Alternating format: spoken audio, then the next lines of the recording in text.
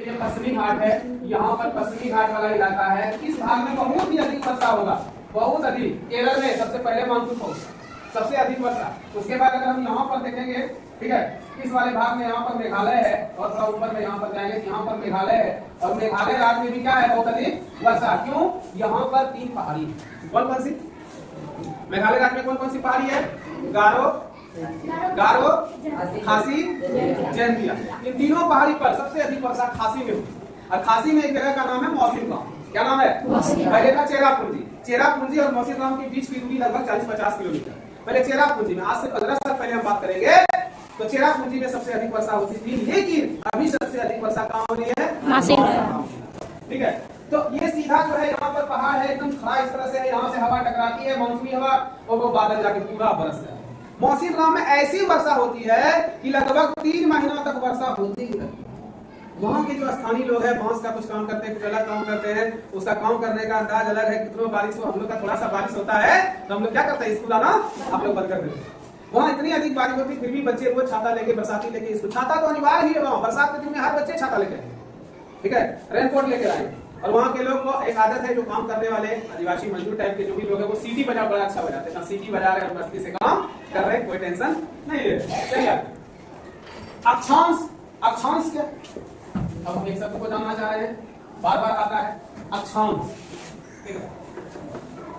तो ये पूरे पृथ्वी पर, पूरे पृथ्वी खींचे जाने वाली पूरब से पश्चिम, पूरब से पश्चिम खींचे जाने वाली एक काल्पनिक रेखा है। कैसी रेखा है? अभी हम ये जो हम रेखा खींचे हुआ वास्तविक है कि काल्पनिक? ये वास्तविक है, ये आपको दिख रहा है। लेकिन अभी हम एक रेखा खींचे, ये कौन रेखा है? काल्पनिक रेखा है, ठीक है। ये दिखती नहीं है, इमेजिनरी लाइन है। और इस काल्पनिक रेखा में ही जो पश्चिम से पूरे पृथ्वी पर खींची गई है, जो दिखती भी नहीं है, इसे हम लोग कहते हैं अक्षांश रेखा। और अक्षांश 0 डिग्री पूरे पृथ्वी के बीचों बीच, इसी को हम लोग भूमध्य रेखा भी करते हैं। और इसी को विस्फोट 0 डिग्री से कितना डिग्री हम लोग जाएंगे? कितना? 0 डिग्री से कितना डिग्री जाएंगे? हाँ बोलो, ठीक है, बोलो। 90 डिग्री जाए, 90 डिग्री हुआ। तो हम इसको कहते हैं अक्षांश रेखा। इस अक्षांश रेखा के कारण ही, क्योंकि धरातलीय विषमता है, वर्षा की दर अलग होती है, जलवायु अलग होती है। भारत की जलवायु कैसी? उष्णकटिबंधीय, क्या? मानसूनी। लेकिन क्या पूरे भारतवर्ष में ओवरऑल हम कह दिए उष्णकटिबंधीय मानसूनी, ठीक है। लेकिन इसके नीचे वाले भाग में अगर भारत को हम फिर से बनाएंगे यहाँ पर, तो दक्षिण भारत में उष्णकटिबंधीय नहीं पाया, उपोष्णकटिबंधीय मानसूनी जलवायु। थोड़ा सा कम वर्षा, थोड़ा सा कम गर्मी। मुंबई आप जाइएगा गर्मी दिन में, गर्मी नहीं लगेगा।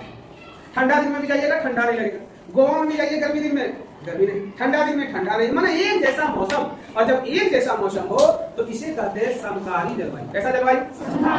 समकारी। कैसा? समान टाइप का जलवायु। तो भारत की जलवायु अगर विस्तृत रूप से हम देखें तो क्या कहेंगे? भारत की जलवायु उष्ण एवं उपोष्णकटिबंधीय मानसूनी जलवायु। बोलिए, भारत की जलवायु कैसी है? उष्ण एवं उपोष्णकटिबंधीय मानसूनी जलवायु। उत्तर भारत में उष्ण और दक्षिण भारत में उपोष्ण। लेकिन अगर पूरे पृथ्वी पर बात करें, तब भारत की जलवायु पूरे पृथ्वी की, विश्व की जलवायु कैसी है? तो जब विश्व में पढ़ाएंगे तो हम कहेंगे उष्णकटिबंधीय जलवायु, उपोष्णकटिबंधीय जलवायु, शीतकटिबंधीय जलवायु, शीतोष्णकटिबंधीय जलवायु, शीतकटिबंधीय जलवायु और ध्रुवीय जलवायु। यानी कि जलवायु पेटी को 7 भागों में बांटा गया है। अगर वायुदाब की पेटी भी देखेंगे, जलवायु पेटी को 9 भाग में, और हम वायुदाब की पेटी को देखेंगे तो वायुदाब की पेटी 7 भागों में बांटी गई। कितने भागों में? 7 भागों में। एक बीच में रहेगा उष्णकटिबंधीय जलवायु, और 3 ऊपर रहेगा उपोष्णकटिबंधीय, शीतोष्णकटिबंधीय और शीतकटिबंधीय। हम थोड़ा सा लिख देते हैं, वायुदाब में हम आ ही रहे हैं, लिखेंगे। आगे आइए, तुंगता। तुंगता कहीं मिलता है, तुंगता कहीं देंगे। अभी आप समझ जाइएगा, तुंगता मीन्स होता है ऊंचाई। तुंगता मीन्स आसान हो गया, आसान हो गया। क्या समुद्र तल से, जो समुद्र का पानी है, वहां से पूरे धरती पर जो भी पर्वत है, पठार है, मैदान है, क्या सबका ऊंचाई बराबर है? क्या आप लोग के घर के, किसी का 1 मंजिला घर है, किसी का 2 मंजिला, किसी का 3 मंजिला घर है, बड़े बड़े बिल्डिंग, क्या सब बिल्डिंग की ऊंचाई क्या समान है? नहीं। तो भारत में जो प्रादेशिक भिन्नता है, जो स्थलाकृति है, इसकी ऊंचाई भी क्या है? अलग अलग। पर्वत की ऊंचाई पठार से कम, पर्वत की ऊंचाई पठार से अधिक, पठार की ऊंचाई मैदान से अधिक, मैदान की ऊंचाई सागर से अधिक। मिलेगा ना? ठीक है, ये देखिए, ये क्या है? पर्वत। ये क्या है? पठार। ये क्या है? मैदान। ठीक है, इस तरह से समझ। ये क्या है? मैदानी भाग, स्लोप बने। और इसके नीचे यहाँ पर वाटर बॉडीज है, पानी। ये क्या है? सागर, मैदान, पठार और ये पूरा पर्वत। सभी पर मनुष्यों का वास। पर्वत, पठार, मैदान, सागर। बोलिए। तो और यहाँ सागर से हम ऊंचाई नापेंगे। देखिए मैदान इतना ही ऊंचा है, बस पठार जो है इतना अधिक ऊंचा हो गया, मैदान देखिए इतना, पठार इतना और पर्वत। तो ऊंचाई में भी क्या है? ऊंचाई में भी क्या है? भिन्नता है। ऊंचाई को क्या कहते हैं? तुंगता। क्या कहते हैं? चलिए हम आते हैं वायु दाब। वायु दाब दो शब्द दिया, कहता है दाब, ठीक है, इनको दाबो, इसको प्रेशर देखिए, दाबिए। तो ये किसका दाब है? किसका दाब है? वायु क्या करती है? दाब लगाती है। वायु क्या कर रही है? आप लोग को लगता है कि वायु आपको ऊपर से दाब लगा रही है? नहीं लगा रही है, ये दाब लगा रही है। बताते हैं कैसे। आप ठंडे के दिन में देखिएगा, ठीक है, जब बहुत ठंड मौसम रहेगा तो हवा एकदम जो है, हवा में पानी बहुत नीचे है। गर्मी के मौसम में इस हवा में पानी बहुत ऊपर हो जाता है, गर्मी, इसलिए हम लोगों को गर्मी लगता है। गर्मी के दिन में आप जो है वायु दाब क्या है? गर्मी के दिन में वायु का दाब क्या है? हवा में पानी की, पानी में हवा, हाँ पानी में हवा रहता है, हवा में पानी। अरे बादल में हवा है तो बादल में पानी है। तो जब गर्मी का मौसम पूरा रहता है तो इस समय जो है वायु में सांद्रता घट जाती है, यानी कि वायु बहुत पतली, वायु सघन विरल हो जाती है। तो वायु दाब क्या होगा? कम की अधिक? वायु हल्की हो जाती है। वायु हल्की हो गई किस मौसम में? गर्मी में हल्की हो गई वायु, और ठंड के मौसम में क्या हो गई? भारी हो गई। तो बताइए कब आपको भारी सामान, आपके सर पर हम भारी सामान रखेंगे तो ज्यादा वायु दाब कब लगेगा? ठंडी में कि गर्मी में? ठंडी में। तो इसको कहते हैं वायु दाब। तो वायु दाब को जो है अलग अलग क्षेत्रों में अलग अलग वायु दाब भी लगता है, ठीक है। सबसे अधिक वायु दाब आपको समुद्र तल पर लगेगा और सबसे कम वायु दाब हवा का दाब आपको पहाड़ पर लगेगा। इसलिए आपका क्वेश्चन आता है कि पहाड़ी पर चढ़ते समय हमारी सांसें क्यों फूलने लगती है? क्योंकि वहाँ हवा नहीं है। जल्दी वहाँ खाना बन जाता है, प्रेशर कुकर में तुरंत खाना बन गया। यहाँ पर हम नीचे बना रहे हैं समुद्र के पास खाना, पता चला पश्चिम बंगाल का लोग बना रहा है खाना और असम का लोग खाना बना रहा है, पहाड़ के ऊपर पर ये बना रहा है सागर के सब। तो किसका ज्यादा गैस का खपत होगा? किसका ज्यादा गैस का खपत होगा? खाना कहाँ जल्दी बनेगा, पहाड़ पर कि समुद्र तल पर? पहाड़ पर। तो पहाड़ी वाले भागों पर कोई 1 केजी में खर्चा होगा तो यहाँ पर 1 केजी का। तो वायु दाब को भी समझना। वायु दाब मतलब हवा का प्रेशर, हम लोगों पर भी वायु दाब, लेकिन उतना जितना वायु दाब ये हवा हम लोगों पर लगा रही है, हमारा शरीर भी उल्टी दिशाओं में वायु दाब लगाता है। ये रक्त, ब्लड प्रेशर, सुनिए, ब्लड प्रेशर, रक्त दाब। तो जितना वायु दाब हमारे शरीर पर लगता है उतना ही रक्त दाब हमारा शरीर लगाता है। इसलिए खून हमेशा ब्लड बाहर निकलना चाहता है, आपको पता है? आप जरा सा ऐसे मारिए ना ब्लेड, तुरंत क्या हो जाएगा? वो तुरंत बाहर हो जाएगा, यानी कि ये उल्टी दिशा पर दोनों बैलेंस में काम करता है। अगर ये वायु दाब इतना हम लोगों पर लग रहा है और हमारा शरीर अगर कोई दाब नहीं लगाएगा तो हमारा सिर्फ जमीन में चिपकता है।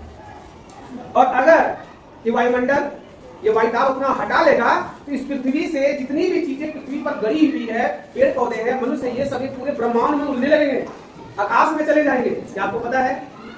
ठीक है, चलिए आगे आते हैं पवन तंत्र। पवन तंत्र, ठीक है, तंत्र शब्द बहुत सारा है, परितंत्र, पर्यावरण, उसी तरह से पवन तंत्र है। यानी कि ये जो पवन है, पवन मींस क्या हो गया? हवा। तो हवा की भी 2 गतियां होती है, बहुत सारी हवा का नाम है। हवा का नाम है गोरा, हवा का नाम है मिस्ट्रल, हवा का नाम है चिनूक, हवा का नाम है सिमुक, बहुत सारा हवा का नाम। हवा का नाम है लू है, हाथ में चलता है। हवा का क्या नाम है? लू। हम लोग कहते हैं लूप मारते हैं, तो लूप मारता है तो ठंडा लगता है ना? गर्मी के मौसम में लूप मारता है कि ठंडा के मौसम में लूप मारता है? गर्मी के मौसम में लूप नहीं होता है, लू होता है। लू ये क्या है? हवा। गर्मी के दिनों में भारत में चलने वाली गर्म हवा को लू कहते हैं। तो ये लू एक हवा है। तो ये जो हवा चलती है तो 2 प्रकार की हवा भी चलती है। एक हवा चलती है क्षैतिज मतलब पूरब से पश्चिम, और एक हवा चलती है क्या? लंबवत। कैसी हवा चलती है? क्षैतिज पवने, लंबवत पवने, क्षैतिज पवने और लंबवत पवने। जब लंबवत पवने चलेगी, क्षैतिज पवने चलेगी धरातल पर, ठीक है, तो जो है वर्षा उस समय होना है। क्षैतिज पवने चलेगी तो टकरा के चलेगी, और जब लंबवत पवने चल रही है तो ये गर्मी को ऊपर ले जाएगी। लंबवत पवन चलने का मतलब गर्मी को ऊपर ले जाएगा और बादल वगैरह बना देगा। चलिए, समुद्र से दूरी, किसकी दूरी समुद्र से? किसी जगह समुद्र से दूरी। अब बताते हैं 2 शहर का नाम बताते हैं आपको। एक शहर है दिल्ली, दूसरा शहर है मुंबई। तो बताइए कि कौन जो है समुद्र से अधिक दूर है? अब समुद्र का आंसर हम गए हैं जो बता पाएंगे, बताइए। समुद्र से दूरी, कौन समुद्र से लगा हुआ कौन है? समुद्र के बगल में है, कौन समुद्र से ज्यादा दूर में है। चलिए ये नदी है घटियाली, घटियाली नदी से ये स्कूल ज्यादा नजदीक है कि जो है वहां पर वो मंदिर ज्यादा नजदीक है, स्कूल नजदीक। कौन ज्यादा दूर है, मंदिर, ठीक है। तो बताइए कि दिल्ली ज्यादा नजदीक है समुद्र से कि मुंबई ज्यादा नजदीक है, मुंबई ज्यादा नजदीक है। तो ये समुद्र से दूरी में बहुत सारे शहर को भी हम लोग डिनोट करेंगे, दिल्ली, मुंबई, कलकत्ता, चेन्नई, ठीक है। उसके बाद हैदराबाद वगैरह देखेंगे, मध्य प्रदेश का भोपाल शहर देखेंगे, हरियाणा का रोहतक देखेंगे। ये समुद्र से दूरी है कितना दूर है। आखिर ये सब हम पढ़ क्यों रहे हैं यहाँ पर, अक्षांश, कुंतल, वायुदाब, समुद्र से दूरी, महासागरीय धाराएं, ये सब आ गया। ये महासागरीय धाराएं, महासागर में जो पानी करंट चलती है, धारा चलती है, नदी में धारा देखें आप बहते हुए, तालाब में भी पानी बहता है ना, तालाब में पानी बहता है, नहीं बहता है, तालाब का पानी स्थिर होता है। कुआं में पानी बहता है, नहीं बहता है, पानी कहाँ बहती है, नदी में, ठीक है। तो उसी प्रकार से समुद्र में जो धाराएं चलती है वो आगे बढ़ती है और पीछे भी लौटती है, ठीक है। ज्वार और भाटा उसको कहते हैं। तो बहुत सारी समुद्री धाराएं हैं, ठीक है। ठंडी धारा, गर्म जल धारा, अम्बोट, क्या अम्बोट, बहुत सारी धाराएं हैं, समुद्री धारा, ये सब। और कटिबंध को तो बता दें। तो जितने भी ये अक्षांश देखे, तोता देखे, ऊंचाई देखे, वायुदाब देखे, मौतंत्र देखे, समुद्र से दूरी, आपको ये पूरा याद करना है, इसलिए कि ये वायुमंडल को प्रभावित करने वाले कारक। अब सवाल हम पूछते हैं, वायुमंडल को प्रभावित करने वाले कौन कौन से कारक हैं, वायुमंडल को प्रभावित करने वाले कौन कौन से कारक हैं, अक्षांश, तोता, वायुदाब, पवन, समुद्र से दूरी, महासागरीय धाराएं। ये 6 पॉइंट है, फिर से बोलिए।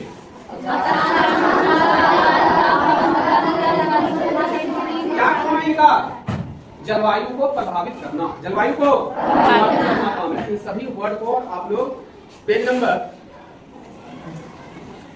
हो गया 26 और 27 खूब अच्छा से पढ़ के आइए।